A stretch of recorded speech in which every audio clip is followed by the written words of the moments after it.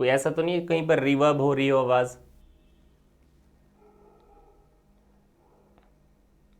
My voice is clear? Okay. तो आज हम, चलिए वैसे तो आई एम सॉरी कि कुछ दिन हम क्लासेस नहीं ले पाए आपकी, मैं थोड़ा हेल्थ कॉन्स्टेंट थी। तो आज हम जो चैप्टर डील करेंगे उसके क्वेश्चंस वो है आपके पास cell as a unit of life.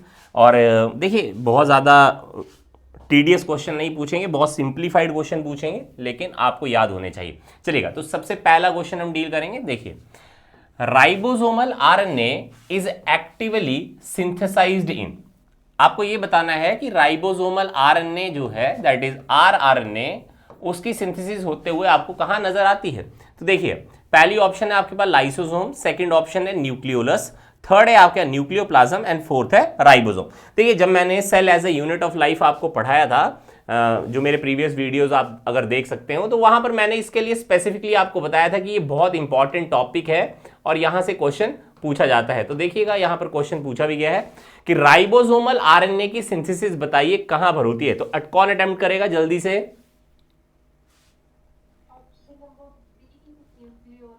Option number B, that is a nucleolus. हाँ जी, और कोई अटेम्प्ट करना चाहेगा?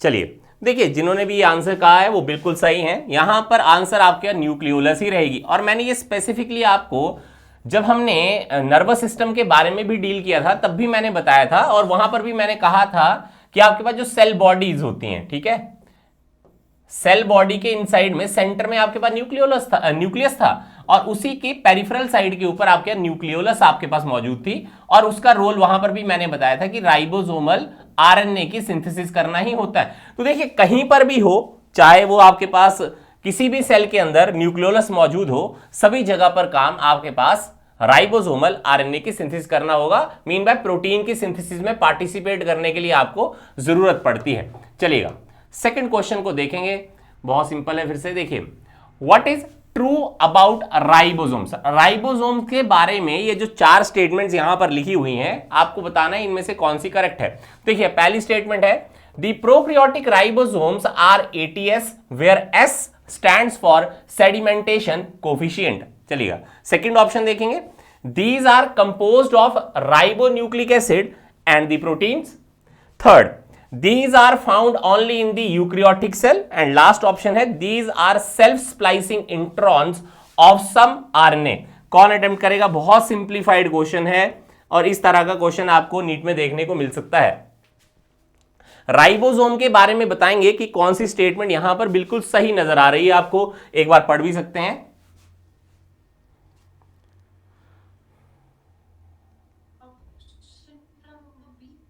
Option number B, okay.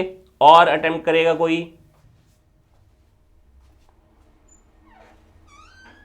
देखिए, बहुत सिंपल है। मैं हमेशा एक बात आपको बताता रहा हूं शुरुआत से कि आप हमेशा आंसर ढूंढने के लिए ना जाएं, पहले आप स्टेटमेंट्स को एक्सक्लूड करने के लिए जाए। देखिए, सबसे पहली स्टेटमेंट है कि प्रोकैरियोटिक राइबोसोम जो होते हैं वो आपके पास एटीएस टाइप के होते हैं, जबकि ऐसा तो नहीं होता है, वो तो आपके पास 70s टाइप के होते हैं। That is being differentiated into, that is a 50s type and 30s type. जो स्मॉलर सब यूनिट है वो 30s टाइप की होती है, और जो बिगर सब यूनिट होती है वो 50s टाइप की होती है। मीन बाय ये वाली स्टेटमेंट तो टोटली इनकरेक्ट हो गई।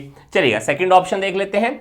सेकंड आपका, these are composed of ribonucleic acid, that is RNA से बने हुए, और सेकंड आपके पास लिखा हुआ है प्रोटीन से बने हुए आपके पास राइबोसोम होते हैं। अगर आपको ध्यान हो तो जब आपने सेमी ऑटोनॉमस ऑर्गेनेल्स के बारे में पढ़ा था, चाहे वो आपके प्लास्टिड थे, चाहे वो आपके पास माइटोकॉन्ड्रिया थे, वहां पर हमने एक चीज पढ़ी थी कि उनके इनसाइड में आपके पास एक प्रोकैरियोटिक फीचर होती है, दैट इज द राइबोसोम, और वही राइबोसोम आपके पास मदद कर रहे थे प्रोटीन को सिंथेसाइज करने को। इसका मतलब ये हुआ कि जब हम राइबोसोम के बारे में ये बात करेंगे कि वो बेसिकली प्रोटीन को सिंथेसाइज करने में मदद करते हैं, तो इसका मतलब उनके पास में ribonucleic acid that is RNA का होना और प्रोटीन का होना बहुत ही ज्यादा जरूरी होगा, क्योंकि बिना उनके आपके पास प्रोटीन सिंथेसाइज नहीं की जा सकती है। क्योंकि हमें मालूम है मैसेंजर आरएनए से आपके पास प्रोटीन की फॉर्मेशन होती है, और इसी प्रोसेस को हम बेसिकली ट्रांसलेशन का नाम देते हैं। इसीलिए आपके पास ये जो ऑप्शन नंबर बी है ये टोटली करेक्ट स्टेटमेंट है। देखिए, चलिए औरों को हम एलिमिनेट कर लेते हैं। चलिए, थर्ड ऑप्शन है these are found only in the eukaryotic cell, नहीं, यूक्रियोटिक सेल के अलावा आपके पास ये प्रोक्रियोटिक सेल में भी मौजूद हैं, जैसे मैंने यहां पर कहा 70s टाइप के हैं, और यूक्रियोटिक सेल में आपके पास 80s टाइप के राइबोसोम मिलते हैं। Last, These are self-splicing introns of some RNA, और ये तो बिल्कुल ही टोटली इनकरेक्ट स्टेटमेंट है, ये तो डीएनए से रिलेट करती है या हेटेरोन्यूक्लियर आरएनए से रिलेट करती है स्टेटमेंट, तो ये तो पूरी तरह से इनकरेक्ट हो गई। चलिएगा नेक्स्ट देखते हैं। नेक्स्ट क्वेश्चन देखिए, Which one of the following structures is an organelle within a organelle? Question समझिएगा, क्वेश्चन ये पूछा गया है कि आपको इन चारों में से, ये जो चार ऑप्शन दी हुई हैं, इनमें से एक ऑर्गेनेली यहां पर ऐसी लिखी हुई है जिसको हम organelle with in a organelle कह सकते हैं। तो अभी मैंने शायद पिछले क्वेश्चन में भी इसके बारे में आपको बताया, आप उसको ट्राई करिएगा। पहली ऑप्शन है राइबोसोम, सेकंड ऑप्शन है पेरोक्सीसोम्स, थर्ड है आपके पास एंडोप्लाज्मिक रेटिकुलम, और फोर्थ है आपके पास मीजोसोम्स। हाँ जी, बताएंगे आंसर। फिर से सुन लीजिएगा, क्वेश्चन ये है कि आपको ये बताना है इन चार ऑप्शन में से कि किसको ऑर्गेनेली विद इन ऑर्गेनेली कहा जा सकता है। जल्दी से,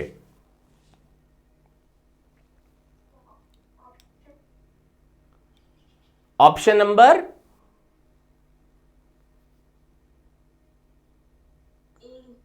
ऑप्शन नंबर ए बिल्कुल सही। जिन्होंने भी ये कहा है कि राइबोसोम, अभी मैंने थोड़ी देर पहले भी बताया था कि ये जो राइबोसोम है ये आपके पास माइटोकॉन्ड्रिया के इनसाइड में भी प्रेजेंट होते हैं, यही आपके पास प्लास्टिड के इनसाइड में भी प्रेजेंट होते हैं। तो मीन बाय राइबोसोम एक ऑर्गेनेली के इनसाइड में है, इसीलिए इसको ऑर्गेनेली विद इन ऑर्गेनेली, क्योंकि ribosome itself is an organelle, जो आपके पास बेसिकली जिसमें मेम्ब्रेन नहीं होती है, ये आपके पास फिर भी एक पर्टिकुलर ऐसी ऑर्गेनेली के इनसाइड में जिसमें मेम्ब्रेन होती है। तो ध्यान दीजिएगा, इसीलिए आपके पास माइटोकॉन्ड्रिया और प्लास्टिड्स को सेमी ऑटोनॉमस ऑर्गेनेली कहा जाता है। ये हमने पहले भी पढ़ा है। सेमी ऑटोनॉमस का मतलब हुआ कि उसके इनसाइड में आपके पास राइबोसोम है और ये बेसिकली आपके पास मदद करेंगे प्रोटीन को सिंथेसाइज करने में। तो इसका आंसर टोटली राइबोसोम करेक्ट होगा। क्लियर? चलिएगा अगला देखते हैं। प्लांट फिजियोलॉजी से भी इसको रिलेट कर सकते हो आप, वहां पर भी ये क्वेश्चन मिल सकता है। देखिए, which one of the following cellular parts is correctly described. देखिएगा, सेल का आपके पास कुछ हिस्से यहां पर लिखे गए हैं जो सेल के इंटरनल हैं। आपको बताना है कौन सी डिस्क्रिप्शन बिल्कुल सही है जो पहली यहां पर चीज लिखी हुई है। देखिए, पहला लिखा है थाइलेकोइड। थाइलेकोइड के आगे लिखा है these are the flattened membranous sacs forming the grana of the chloroplast. ठीक है। सेकंड आपके पास ऑप्शन में सेंट्रियोल, यहां लिखता है site of active RNA synthesis है। चलिए third, ribosome, those in chloroplast are larger 80s type while those in the cytoplasm are smaller that is 70s type। Last option में लिखता है lysosome optimally active at a pH of 8.5। आपको answer ढूंढना है।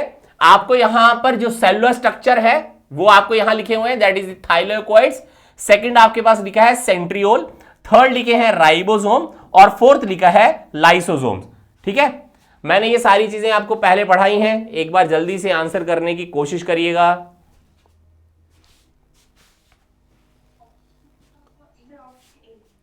Option number ए, okay. चलेगा, centriole का role बताएंगे, कोई सेंट्रियोल का रोल बताएगा? ये हमने डिस्कस किया था, सेल डिवीजन वाला जब चैप्टर हमने डिस्कस किया था तो वहां पर मैंने बताया था कि सेंट्रियोल का क्या रोल होता है।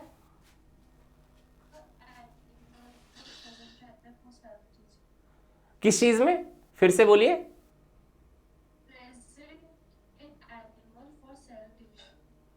नहीं, चलिए देखिए, मैंने आपको सेंट्रियोल का एक स्पेसिफिक रोल बताया था। सेंट्रियोल बेसिकली आपके पास फॉर्मेशन दो चीजों की करते हैं, एक आपके पास एस्ट्रल रेज और दूसरे होते हैं आपके पास स्पिंडल फाइबर। अगर आपको ध्यान हो तो आपके पास मैंने ये स्पेसिफिकली चीज बताई थी कि जो सेंट्रियोल्स होते हैं वो बेसिकली आपके पास स्मॉलर हेयर लाइक स्ट्रक्चर जब अराइज करते हैं तो उनको एस्ट्रल रेज कहते हैं, और जो लॉन्गर आपके पास फाइबर्स होते हैं वो आपके पास स्पिंडल फाइबर्स या स्पिंडल रेज की फॉर्मेशन करते हैं। तो सेंट्रियोल के बारे में तो आपके पास यहां पर गलत लिखा हुआ है, ये तो बिल्कुल नहीं होगा।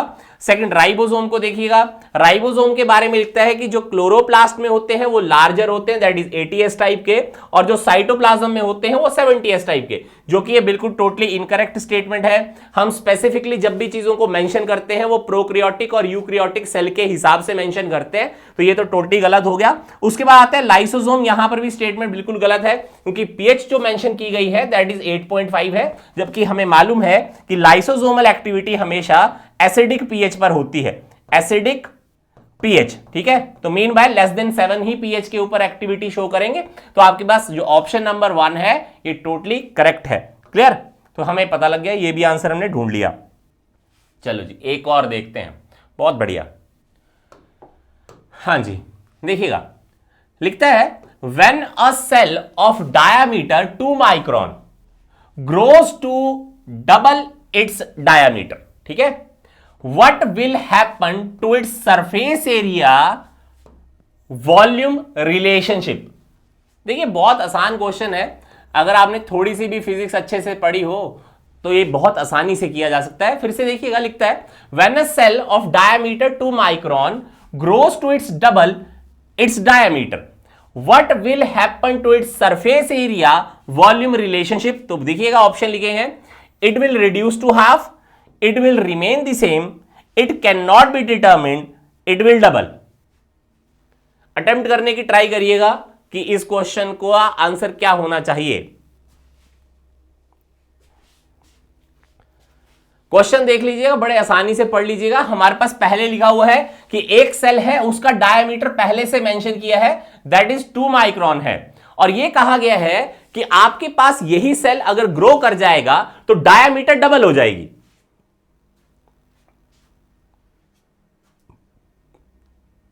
तो यह बताना है कि surface area to volume relationship के ऊपर आप क्या फर्क पड़ना चाहिए।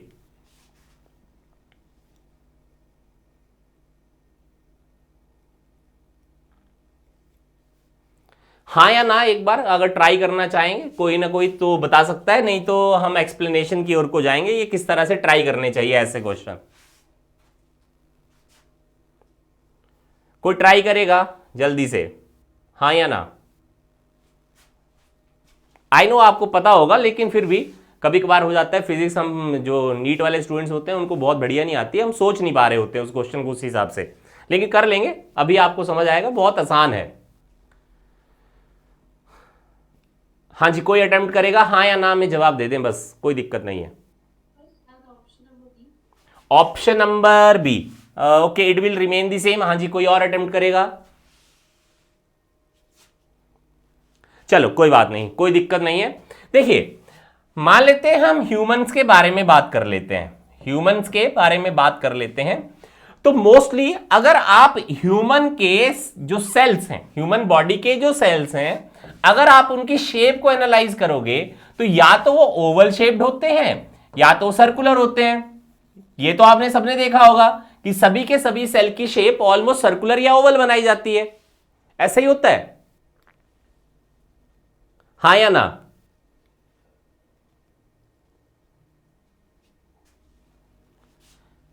इतना तो मालूम होगा कि हम जितनी भी बॉडी के सेल्स को पढ़ते हैं, जिनकी मैक्सिमम क्वांटिटी होती है बॉडी के इनसाइड में, उन सबकी शेप या तो सर्कुलर टाइप की होगी या तो ओवल टाइप की है, होती है या नहीं होती है। पहला वो कंफर्मेशन ले लें कि आपको पता है इस चीज के बारे में या नहीं है। तो चलो, अगर नहीं मालूम है तो मैं आपको बता रहा हूं, हमारी बॉडी में मैक्सिमम संख्या जो सेल की है वो सोमैटिक टाइप के सेल होते हैं, और सभी के सभी सोमैटिक सेल की ऑलमोस्ट शेप जो है वो या तो सर्कुलर मिलती है या तो ओवल मिलती है। अब मान लेते हैं, अगर मैं ये यहां क्वेश्चन के हिसाब से देखते हैं, क्वेश्चन में आपको ये लिखा हुआ है कि surface area to volume ratio के बीच का रिलेशनशिप निकालना है। तो हमें क्या पता होना चाहिए? हमें दो चीजों के बारे में पता होना चाहिए, सरफेस एरिया सर्कल का कितना हो सकता है, और आपके पास दूसरा वॉल्यूम ऑफ द सर्कल क्या हो सकती है। अगर हमें इन दोनों चीजों के बारे में मालूम हो तो हम आसानी से ये चीज निकाल सकते हैं। तो बताइए, surface area of the circle को कैलकुलेट करने का फॉर्मूला, ये तो आपने पढ़ा है, बचपन से पढ़े होंगे। हाँ जी बोलिए, कौन बोल रहे हैं जल्दी से?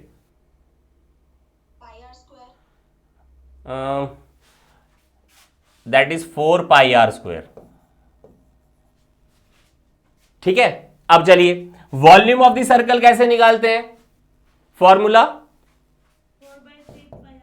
बहुत बढ़िया, 4/3 पाई आर क्यूब। चलिएगा, हमसे क्या पूछा है, हमसे ये पूछा है कि surface area to volume relationship में क्या फर्क पड़ेगा। तो हमें तो सिर्फ क्या करना है, इसको हमें डिवाइड करना है।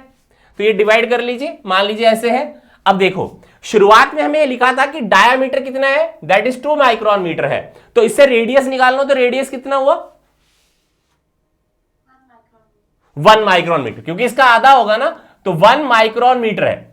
अब मान लो मेरे को इस वाले सेल की, जो ओरिजिनल सेल था, तो ओरिजिनल सेल में आपके पास क्या आएगा, 4 पाई 1 का स्क्वायर, अब upon 4 pi 4/3 sorry 4/3 pi that is 1 का क्यूब, यही आएगा। तो ये सारी की सारी वैल्यूज आपके पास कट जाएंगी और आपके पास यहां पर आएगा दैट इज 3:1। बिल्कुल यही होगा या नहीं होगा,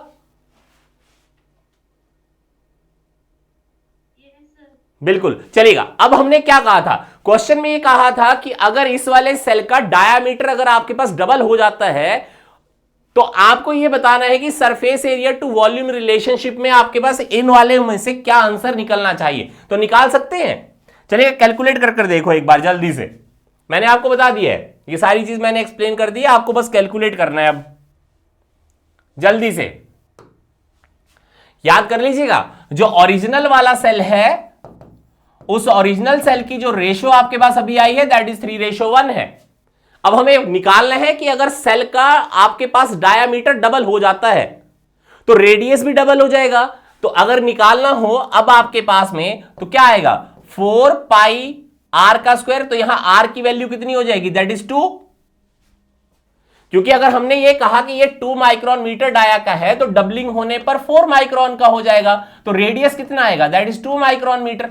एम आई करेक्ट, बिल्कुल। तो आपके पास यहां पर क्या है, 4 पाई 2 का स्क्वायर, अब वॉल्यूम लिखेंगे 4/3 पाई 2 का क्यूब। निकाल कर देखिए जरा सा, आपके पास यहां पर क्या आएगा, 4 पाई 4/3 पाई 6। निकाल कर देखो कितना आई जी वैल्यू। अब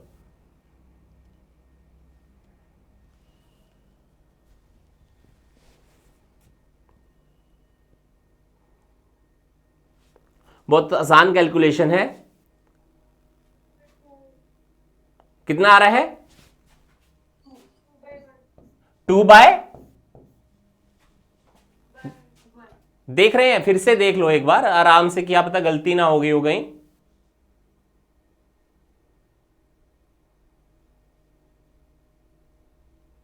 देख लीजिएगा, यहां पर 4 पाई 4 है और यहां 4/3 पाई 6 है।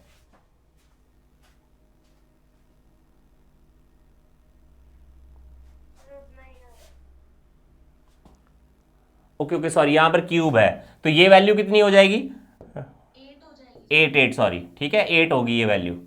अब निकालो,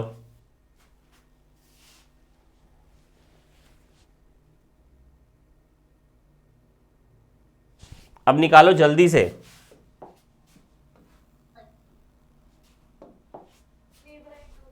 3/2 एग्जैक्ट यही आ रही है सभी की। अब देखो जरा सा, अगर 3/2 आ रही है तो इसका मतलब क्या हुआ, इसको अगर मैं डिवाइड कर दूं तो इसको मैं 1.5 भी तो लिख सकता हूं, और अगर मेरे पास ये 3:1 आ रही है तो ये इसको 3 लिख सकता हूं। अब देखो, इसका मतलब ये हुआ कि जब आपके पास में सेल का डायामीटर बढ़ता है तो surface area to volume ratio जो है वो आपके पास आधी हो जाती है।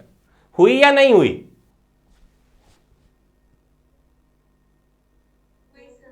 तो यहां पर आंसर देख लो,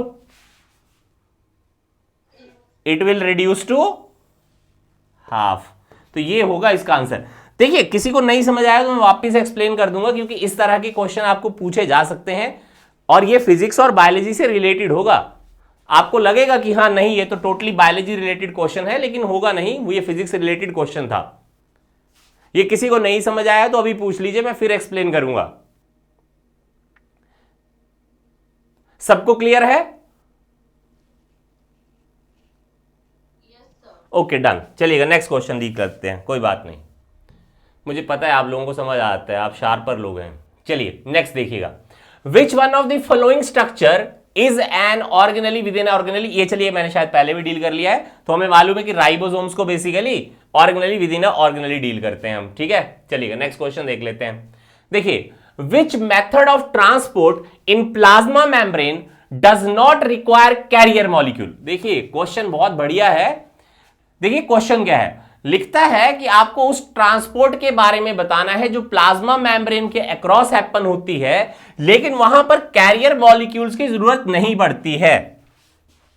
ये आपके पास ऑप्शन है, पहला एक्टिव ट्रांसपोर्ट, सेकंड है आपके पास फैसिलिटेटेड डिफ्यूजन, थर्ड है सिंपल डिफ्यूजन, और लास्ट ऑप्शन है सोडियम पोटेशियम पंप।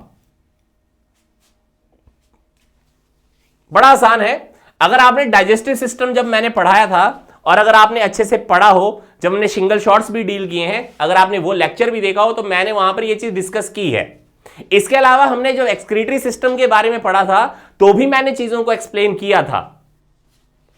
हां जी, अटेम्प्ट करने की ट्राई करिएगा, बहुत आसान है। हमें यह चीज बतानी है कि प्लाज्मा मेम्ब्रेन के अक्रॉस में जब ट्रांसपोर्ट होता है, तो कौन सा ऐसा ट्रांसपोर्ट है जहां पर कैरियर मॉलिक्यूल्स की जरूरत नहीं पड़ती है। Simple diffusion. हाँ जी, कोई और अटेम्प्ट करेगा?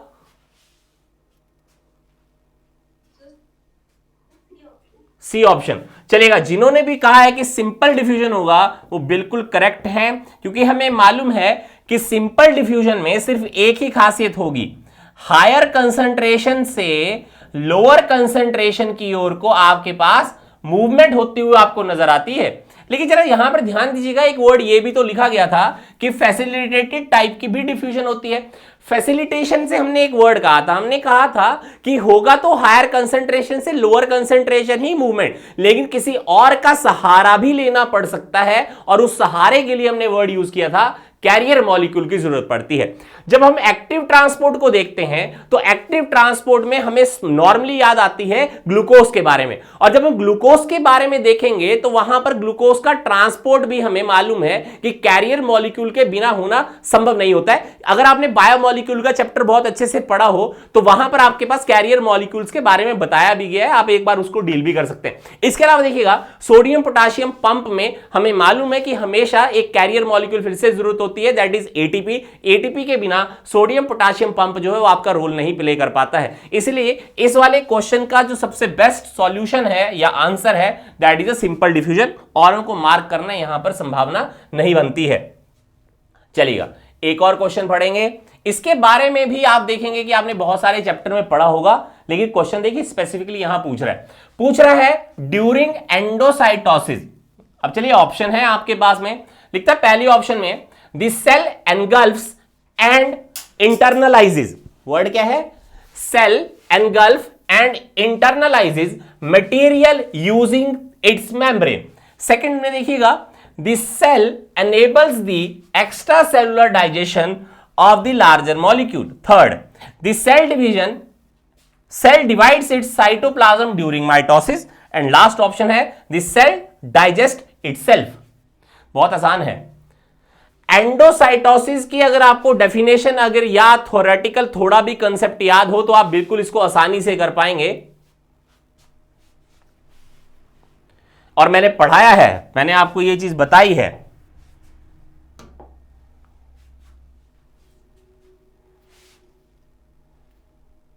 डाइजेस्टिव सिस्टम में भी मैंने इसके बारे में आपको बताया था, ऐसा नहीं है मैंने बताया नहीं है। एंडोसाइटोसिस से आप क्या समझते हैं? अरे देखिए कोई बात नहीं, अगर नहीं भी अगर आपको ध्यान हो तो मैं एक बार आपको एक्सप्लेन कर देता हूं, क्योंकि समय हमारे पास थोड़ा कम रहता है, इसलिए हम डायरेक्ट एक्सप्लेनेशन पे काम करते हैं। ठीक है, मान लेते हैं ये एक प्लाज्मा मेम्ब्रेन है, ठीक है। हमें मालूम है कि plasma membrane selectively permeable membrane है, सेलेक्ट कर कर कोई चीज अंदर जाएगी, और selection will be done by a plasma membrane. मान लीजिए कोई पार्टिकल इस प्लाज्मा मेम्ब्रेन के बाहर पड़ा है, और उसको बेसिकली सेल के अंदर एंट्री करनी है। अब वो एंट्री कैसे करेगा? आपके पास इस मॉलिक्यूल के जो रिसेप्टर होंगे वो इस मेम्ब्रेन के सरफेस पर होंगे, होंगे या नहीं होंगे? पहला क्वेश्चन। देखो, हां, इस मॉलिक्यूल को सेल के अंदर एंट्री लेनी है, तो अगर आपके पास मैं ये कहूं कि इस सेल मेम्ब्रेन को आपके पास में इसको रिसीव करना है, तो मान लेते हैं ये मॉलिक्यूल इस सेल मेम्ब्रेन के साथ चिपक गया, तो अंदर तो अभी भी नहीं जा पा रहा है, क्या चला जाएगा? डायरेक्टली अंदर चला जाएगा? नहीं जा पाएगा। तो होगा क्या, जरा ध्यान दीजिएगा, ये जो आपकी सेल मेम्ब्रेन है, this cell membrane will show invagination. क्या करने वाली है? इनवेजिनेशन, अंदर की ओर को आपके पास मूव कर कर चली जाएगी। तो होगा क्या, ये जो आपके पास मॉलिक्यूल था ये भी तो आपके पास एंटर कर गया इस प्लाज्मा मेम्ब्रेन के साथ में, जैसे जैसे ये अंदर जा रहा है। होगा या नहीं होगा? धीरे धीरे कर कर आपके पास इस प्लाज्मा मेम्ब्रेन में कॉन्स्ट्रिक्शन होगी। सिकुड़ना मतलब मीन बाय, तो जैसे जैसे आपके पास ये पर्टिकुलर प्रोसेस कंटिन्यू होती जाएगी तो आपको क्या नजर आएगा? धीरे धीरे कर कर ये पार्टिकल इस सेल के इनसाइड में चला गया और अब यहां पर ये detached particle with a plasma membrane नजर आएगा। देखो कितनी आसान प्रोसेस है। Invagination of the plasma membrane हुई क्योंकि सिलेक्टिवली परमिएबल है। अगर मान लीजिए इस पर्टिकुलर पार्टिकल या मॉलिक्यूल की सेल को जरूरत है तो प्लाज्मा मेम्ब्रेन ने इन्वेजिनेट किया। इन्वेजिनेशन क्या होती है? अंदर की ओर को धस जाना। ठीक है, अब डेप्थ में जा रही है, प्लाज्मा मेम्ब्रेन डेप्थ में जा रही है, मॉलिक्यूल भी डेप्थ में जा रहा है। धीरे धीरे कर कर आपके पास constriction of the plasma membrane हो रही है। प्लाज्मा मेम्ब्रेन के साथ में मॉलिक्यूल अंदर आपके पास में एंटर कर गया। समझ आया? और इस प्रोसेस को हम एंडोसाइटोसिस कहते हैं। इसको क्या कहा जाता है? This process is being termed as endocytosis. देखिए यहां पर कोई ऑप्शन दिख रही है आपको ऐसी कोई?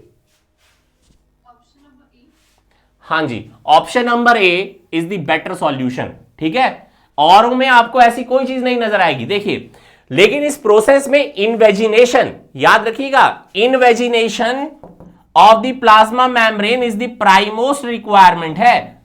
याद करके चलिएगा। और प्लाज्मा मेम्ब्रेन सेलेक्टिवली परमिएबल होगी, यह भी हमें ध्यान रखकर चलना है। चलिए एक और देख लेते हैं। Next question. A common characteristic feature of plant sieve tubes cells and most of mammalian erythrocyte is, बहुत ही सिंपल क्वेश्चन। ठीक है, आपको एक कॉमन कैरेक्टरिस्टिक फीचर बताना है जो सीव ट्यूब्स के अंदर भी नजर आ सकता है और जो मैमिलियन एरिथ्रोसाइट होंगे उनमें भी नजर आएगा। तो देखिए पहला ऑप्शन लिखा है absence of the mitochondria, second है presence of the cell wall, third है presence of the haemoglobin and fourth है एब्सेंस ऑफ द न्यूक्लियस। बहुत ही आसान क्वेश्चन, जल्दी से अटेम्प्ट कर सकते हैं। ऑप्शन नंबर फिर से बोलिएगा।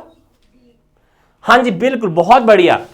एब्सेंस ऑफ द न्यूक्लियस, हमें यह मालूम है कि सीव ट्यूब सेल्स होते हैं, ये भी मैच्योर हो चुके हैं, और जो एरिथ्रोसाइट है वो भी मैच्योर हो जाते हैं, और इनके अंदर आपके न्यूक्लियस की प्रेजेंस हमें नजर नहीं आती है। और यही आपके पास कॉमन कैरेक्टरिस्टिक फीचर है इन दोनों का। याद कर लीजिएगा, ये बहुत बार क्वेश्चन रिपीट हो चुका है। क्लियर? चलेगा, ये तो और भी आसान है, मुझे मालूम है बहुत आसानी से कर लेंगे क्योंकि मैंने बहुत आसान तरीके से पढ़ाए हुए हैं। देखिएगा, प्लास्टिड्स डिफर फ्रॉम माइटोकॉन्ड्रिया। देखिएगा क्या लिखा है, प्लास्टिड जो है वो डिफर करते हैं mitochondria on the basis of one of the following features, mark the right answer. ठीक है, फिर से देख लो, प्लास्टिड जो है वो माइटोकॉन्ड्रिया से किसी फीचर में डिफर करते हैं। आपको वो फीचर यहां से ऑप्शन में से निकाल कर बताना है। पहली देखिएगा, presence of the two layer of the membrane, presence of the ribosome, presence of the chlorophyll and presence of DNA. आसान है, बहुत आसान है।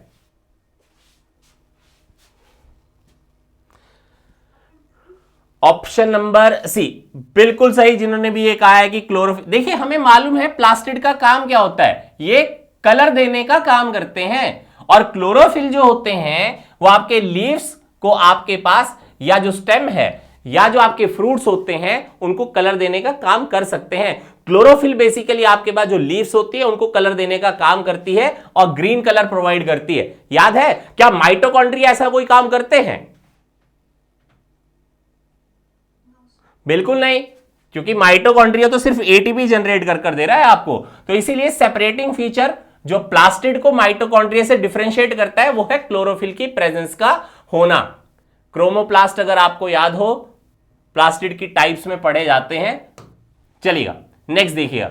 नेक्स्ट आता है the plasma membrane consist mainly of, ओ बहुत बढ़िया, एक और प्लाज्मा मेम्ब्रेन का कंपोजिशन के बारे में बात कर रहा है। तो देखिए पहली ऑप्शन है, पहला लिखा है protein embedded in a carbohydrate bilayer, second phospholipid embedded in a protein bilayer, third protein embedded in a phospholipid bilayer, and last option protein embedded in a polymer of glucose molecules. बहुत आसान है, बहुत ही आसान। Plasma membrane का अगर आपको structure याद है तो आप बहुत आसानी से इसका आंसर कर सकते हैं। Option number C. और कोई अटेम्प्ट करेगा?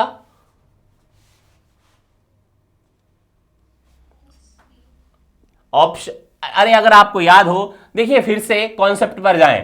प्लाज्मा मेम्ब्रेन एक बाई लेयर्ड स्ट्रक्चर है, ये तो हमें मालूम ही है।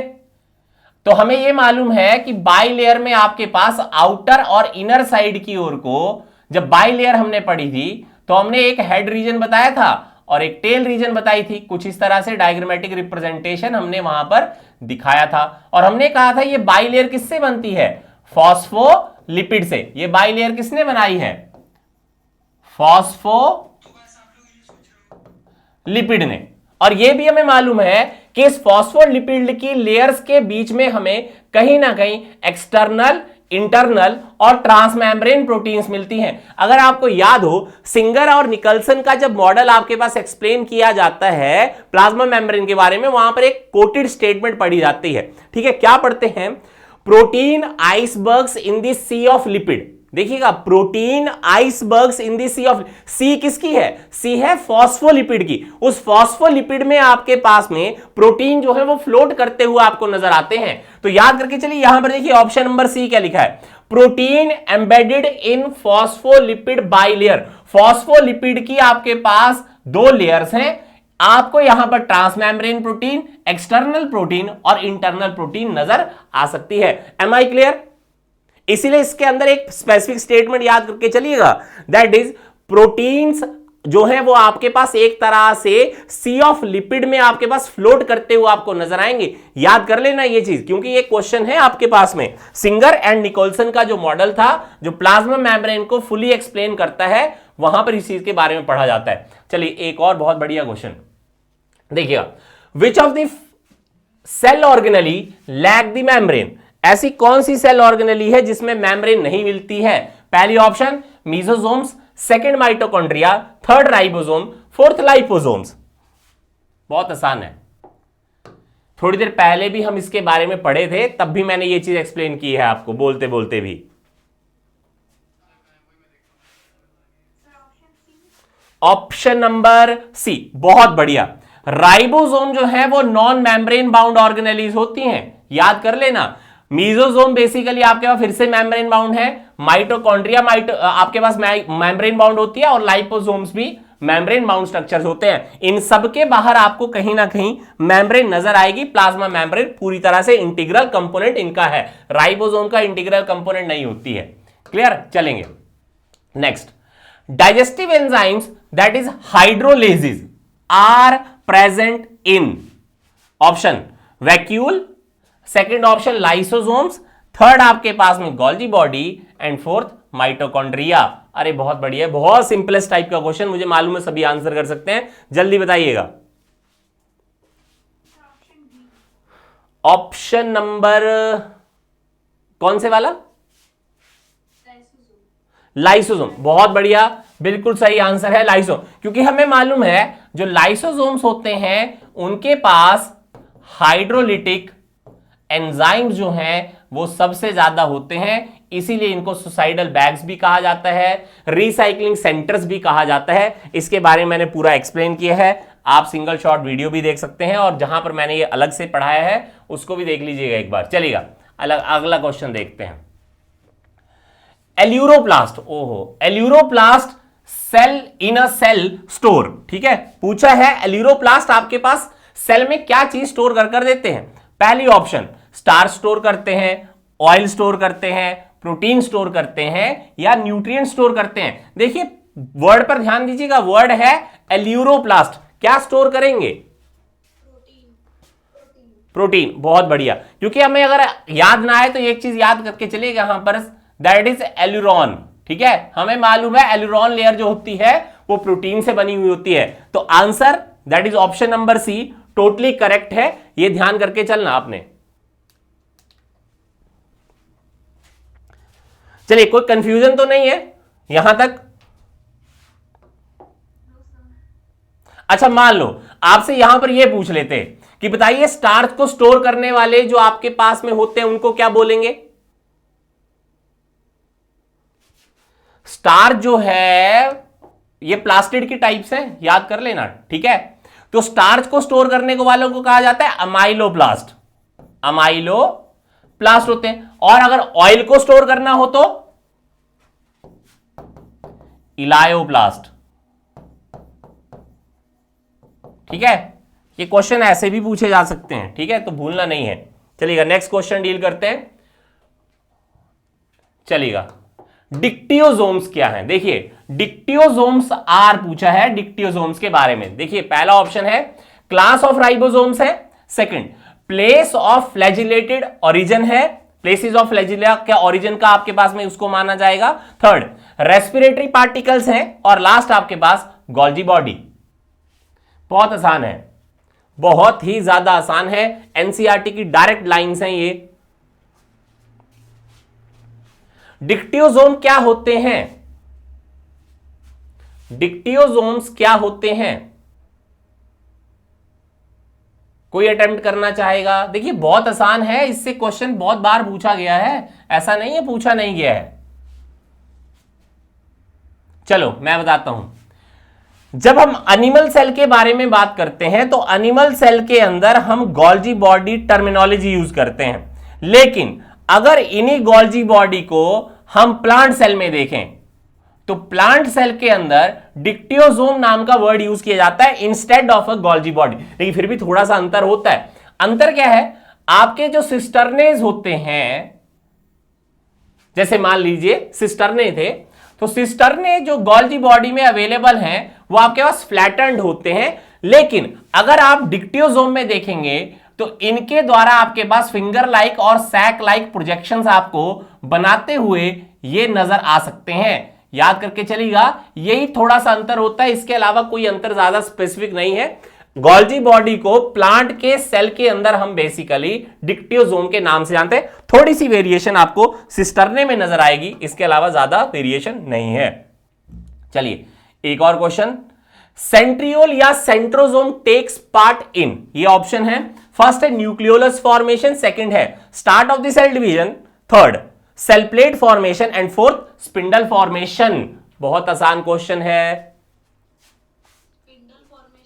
बहुत बढ़िया। जिन्होंने भी ये कहा है कि स्पिंडल फॉर्मेशन में पार्टिसिपेट, देखिए मैंने थोड़ी देर पहले भी आपको बताया था कि सेंट्रियोल से आपके दो तरह के फाइबर अराइज हुए थे।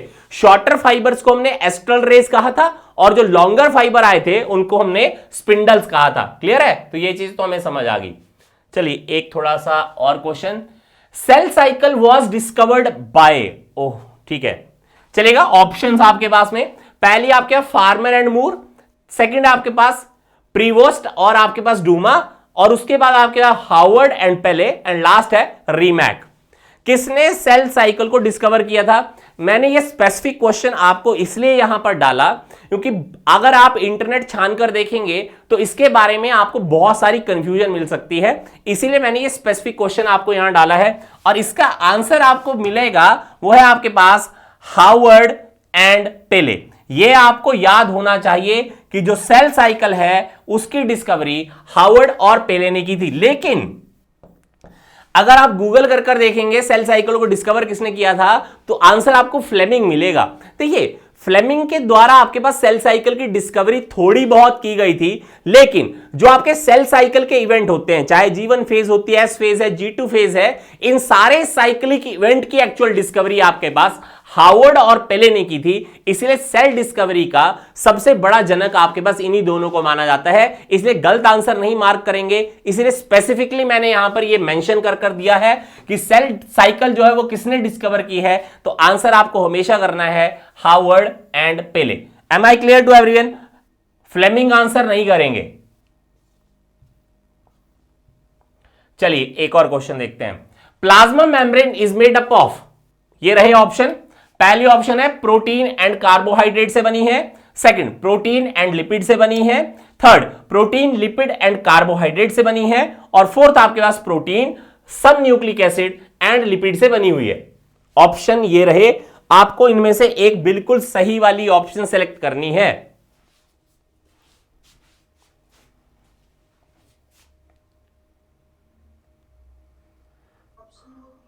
Option number B. अच्छा चलिए, और कोई अटेम्प्ट करेगा जल्दी से?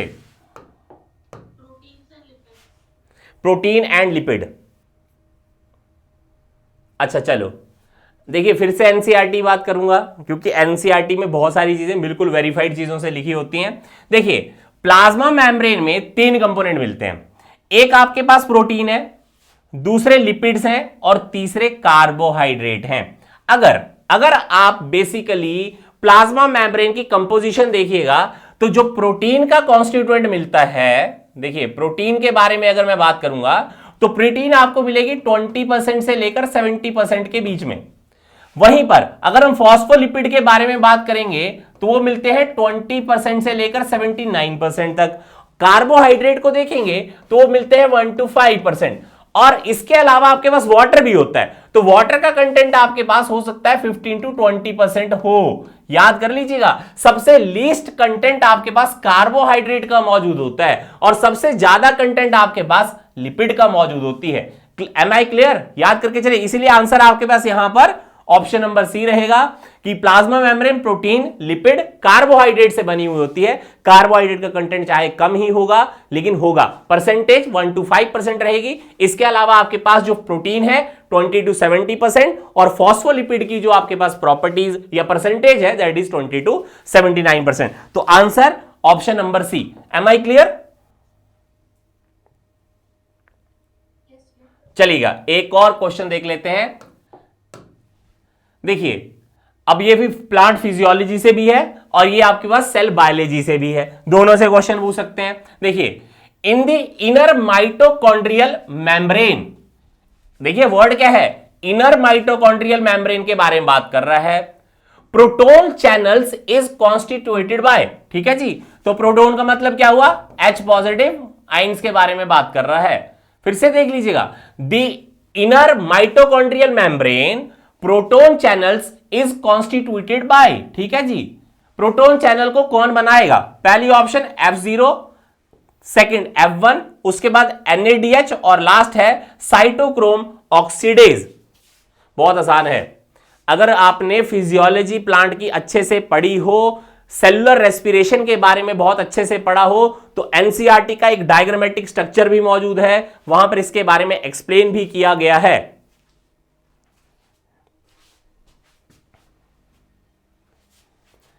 हाँ जी, कोई अटेम्प्ट करेगा?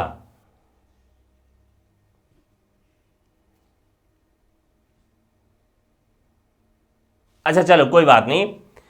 आपको यह तो मालूम होगा कि जो माइटोकॉन्ड्रिया है उसकी इनर मेम्ब्रेन की फोल्डिंग का क्या नाम है?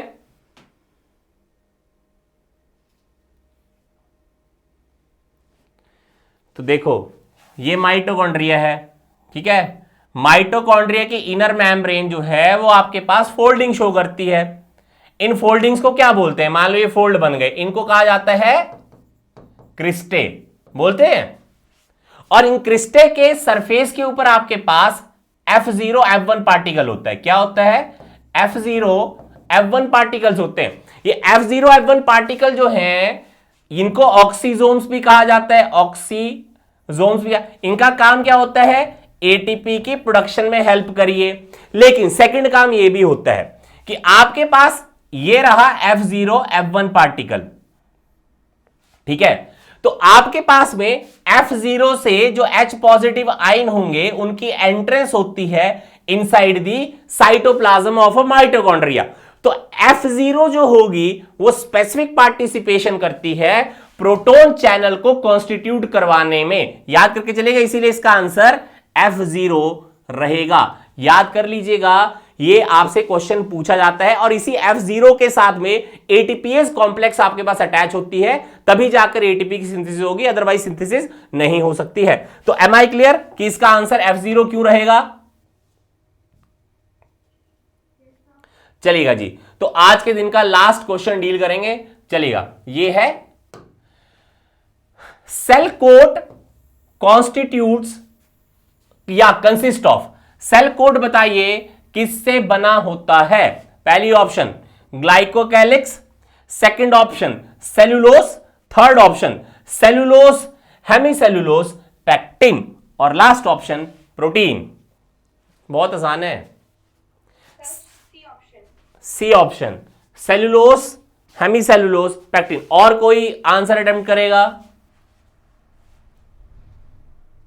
अच्छा चलो ये बताओ सेल कोट मिलता किसमें है?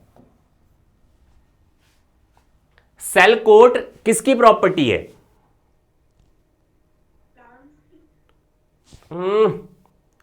सेल कोट, सेल कोट के बारे में बात कर रहा है। फिर से प्रीवियस लेक्चर्स को दोहराइए, बार बार पढ़िए, सुनिए। Cell coat is a property of bacteria.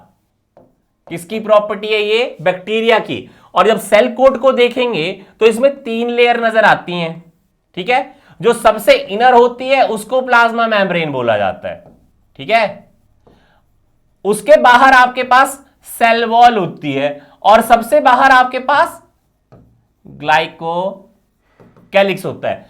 अगर ये ग्लाइकोकैलिक्स ना होना तो एडहीजन की प्रॉपर्टी नहीं आएगी। किसी भी दूसरे सरफेस के साथ बैक्टीरिया को चिपकने में जो आपके पास स्ट्रक्चर मदद करती है वो ग्लाइकोकैलिक्स होती है। लेकिन क्योंकि यहां पर सेल वॉल और प्लाज्मा मेम्ब्रेन भी है जिसके अंदर आपके मेन कॉन्स्टिट्यूएंट आपके सेलुलोस, हेमीसेलुलोस, पैक्टिन और लिग्निन होते हैं, इसलिए आपके पास यहां पर स्पेसिफिक आंसर रहेगा, that is option number C, that is cellulose, hemicellulose and that is pectin. तो इसी तरह से इस वाले चैप्टर से ये मेन जो मुझे लगा था कि क्वेश्चन बन सकते हैं। अगर कोई डाउट हो तो देखिए मैं फिर से ये कहूंगा आपको कि आप जाइए वापस से जो वीडियोस आपके पास अवेलेबल है उनको देखिए, और अगर आपको नहीं समझ आते तो फिर से पूछ लिया कीजिए। लेकिन क्योंकि देखिए समय कम रह गया है, आपको क्वेश्चंस को अटेम्प्ट करते हुए ही थ्योरीज को क्लियर करना है। अब समय नहीं है कि हम पूरी थ्योरी पढ़ पाएंगे। तो आज के लिए इतना ही, थैंक यू वेरी मच। कल वापस इसी समय पर मिलेंगे। Good night.